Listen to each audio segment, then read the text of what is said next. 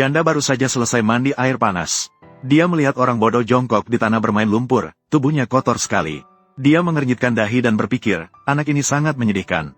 Jadi dia berencana menarik orang bodoh itu masuk ke dalam rumah. Untuk membersihkannya dengan baik, orang bodoh itu tersenyum dan menggelengkan kepala, mengatakan bahwa dia masih ingin bermain lumpur.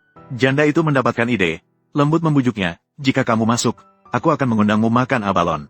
Begitu mendengar ada abalon, mata orang bodoh itu langsung bersinar. Sudut bibirnya mengeluarkan air liur, langsung menelan ludahnya. Selama bertahun-tahun, dia tidak pernah makan makanan enak seperti ini. Dia dengan ceria mengikuti janda itu masuk ke dalam rumah. Dengan penuh harapan menantikan abalon yang harum itu. Namun, janda itu hanya membawa semangkuk air panas.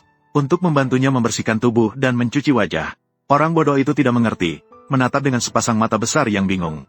Dia bertanya, di mana abalon? Janda itu terdiam dan tidak bisa menjawab. Orang bodoh itu segera merasakan ada yang tidak beres. Dia berpikir janda itu sedang menepongnya, terlihat marah. Janda itu segera mendekat dan menariknya. Tanpa sengaja, kedua orang itu menarik dengan kuat dan akhirnya jatuh ke tanah. Tiba-tiba terdengar suara ketukan pintu dari luar. Janda terkejut seketika. Dia segera mendorong orang bodoh ke dalam lemari. Dia berbisik untuk bersembunyi sebentar. Nanti dia akan mengeluarkan abalon untuk diberikan kepada orang bodoh. Begitu mendengar, orang bodoh segera mengangguk dan bersembunyi dengan baik. Janda membuka pintu dan ternyata itu adalah pengganggu dari desa. Pengganggu itu dengan garang meminta utang. Dia bahkan mengonkom akan membutuhnya jika tidak membayar utang. Janda ketakutan dan seluruh tubuhnya bergetar. Dia dengan penuh harap memohon untuk diberi beberapa hari lagi. Namun, pengganggu itu menutup mulutnya dengan kasar. Dia hampir mati lemas.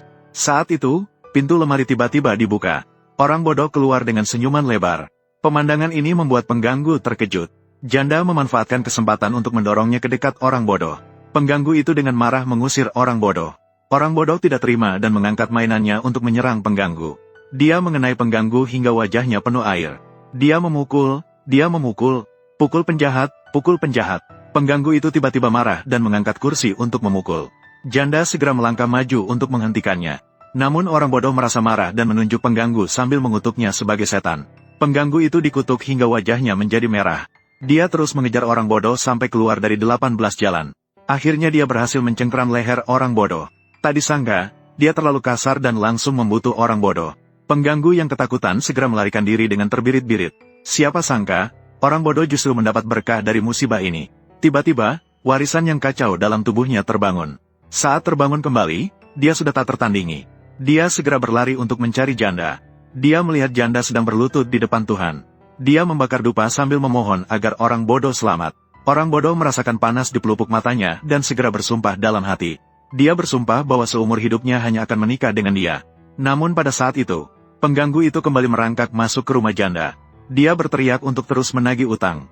Janda segera menanyakan keadaan orang bodoh. Dia baru tahu bahwa pengganggu itu telah memukul orang bodoh sampai mati. Janda seketika hancur dan merasa kehilangan segalanya. Dia membantuku mati. Namun, pengganggu itu tetap mengejar tanpa henti. Pada saat dia mengulurkan tangan dan mendekat, tiba-tiba terdengar suara petir menggelegar dan kilat menyambar dari langit. Hantu. Orang bodoh perlahan keluar dari cahaya. Dengan ekspresi tenang, dia mendekat perlahan. Pengganggu terkejut hingga hampir mengompol. Dia terus-terusan sujud meminta ampun. Orang bodoh dengan suara dingin berkata ingin hidup. Dia lalu mengeluarkan 1 juta untuk membayar. Pengganggu dengan panik mengeluarkan dari celana dalamnya. Mengeluarkan sisa uangnya sambil menangis meminta dibebaskan. Orang bodoh mendengus dingin dan melambaikan tangan menyuruhnya pergi. Setelah orang itu pergi, dia segera memanggil janda. Janda melihat dia masih hidup. Air mata mengalir deras, dia berlari dengan gembira ke pelukannya.